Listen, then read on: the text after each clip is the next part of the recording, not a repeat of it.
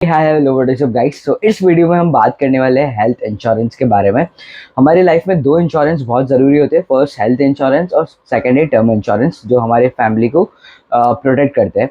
सो सबसे पहले हम इस वीडियो में बात करेंगे कि आपको कौन सी कंपनी का हेल्थ इंश्योरेंस लेना अच्छा रहेगा, कौन सा प्लेटफॉर्म आपको यूज़ करना चाहिए, डायरेक्ट एजेंट के थ्रू लेना चाहिए या फिर पॉलिसी बाजार या डिट्टो और भी जो प्लेटफॉर्म है हेल्थ इंश्योरेंस वो यूज़ करना चाहिए, और आपको किन किन बातों का ध्यान रखना चाहिए और आप किस तरह से हेल्थ इंश्योरेंस में अपने पैसे सेव कर सकते हैं, बचा सकते हैं।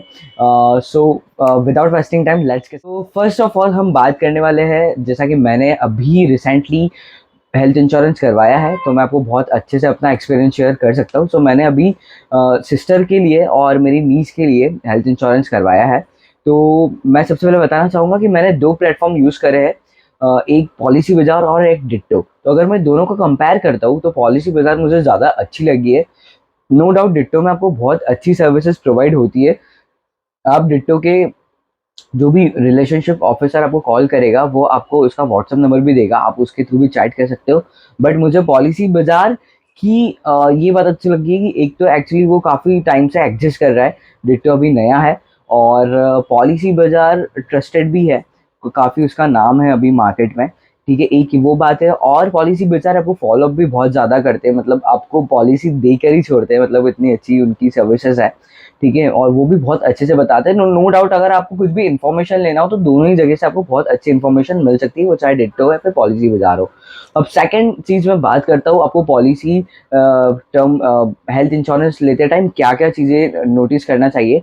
तो फर्स्ट तो ये करना चाहिए कि उसमें कुछ कोपे नहीं होना चाहिए, मतलब सारा जो भी हमारा इंश्योरेंस का पैसा है वो कंपनी को ही पे करना होता है। अदरवाइज कुछ कुछ पॉलिसी में एक्चुअली क्या होता है कि आपकी एक ही अमाउंट की पॉलिसी जो है उसमें बहुत ज़्यादा वेरिएंट होते हैं। जैसे अगर आप 5 लाख की पॉलिसी देखेंगे तो उसमें आपको 10 तरह के वेरिएंट मिल जाएंगे।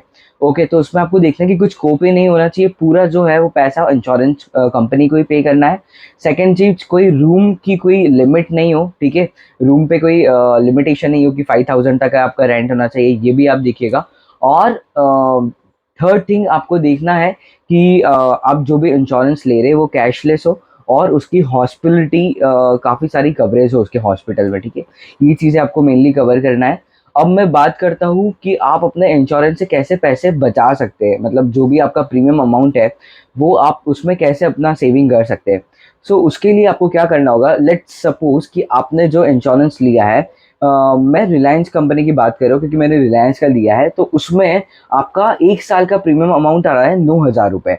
ठीक है, अब आप उसी को अगर 3 साल के लिए देखोगे तो वो आपका 16-17,000 अप्रॉक्स पड़ जाएगा। ठीक है, मतलब आपको बहुत ज़्यादा एक जो प्रीमियम 1 साल की प्रीमियम ऑलमोस्ट आपको वेव हो जाएगी, और आपका जो 1 साल में जो इंश्योरेंस हो रहा था 9,000 में, वो आपका 18 से 19,000 या फिर मैक्स 20,000 में आपको 3 साल का कवर मिल रहा है।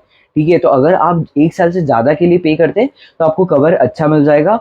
और चेरी ऑन द केक है कि आप इस अमाउंट को भी ईएमआई में कन्वर्ट करा सकते हैं अपने किसी भी क्रेडिट कार्ड के थ्रू। ठीक है, जैसे कि मैंने अपने ये जो अमाउंट को है 18,000 को, उसको थ्री ईयर्स में कन्वर्ट करा लिया था, सॉरी 18 मंथ्स में कन्वर्ट करवा लिया था। तो मेरा ये जो पूरा पैसा जाएगा वो लमसम नहीं जाके ईएमआई के थ्रू जाएगा। तो मैंने आईसीआईसी का क्रेडिट कार्ड यूज़ करा था।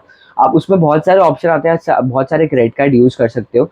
तो आप इस तरह से हेल्थ इंश्योरेंस लेते टाइम आप ये चेक करो कि आपका 1 साल का प्रीमियम कितना आ रहा है, और अगर उसी को अगर आप सेकेंड या 3 ईयर के लिए एक्सटेंड करते हो, अगर आप एट मतलब उसी टाइम पे करते हो 3 साल के लिए, तो आपका फॉर श्योर उसका इंश्योरेंस का प्रीमियम कम आएगा, और उसको भी आप आईसीआईसी के मतलब कुछ भी क्रेडिट कार्ड के थ्रू आप ईएमआई में पे कर सकते हो। ठीक है, तो ये कुछ मेन चीज़ें हैं जो आपको ध्यान रखनी होती है हेल्थ इंश्योरेंस के टाइम, और जो भी आप अपनी इन्फॉर्मेशन डिस्क्लोज कर रहे हैं वो एकदम ट्रू एंड फेयर हो। ठीक है, ताकि आपको नेक्स्ट टाइम कुछ भी क्लेम करते टाइम प्रॉब्लम नहीं आती है।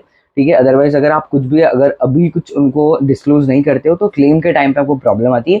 तो इन सब चीज़ों का बातों का ध्यान रखें। ठीक है, और अपनी फैमिली के लिए और अपने लिए हेल्थ इंश्योरेंस ज़रूर ले।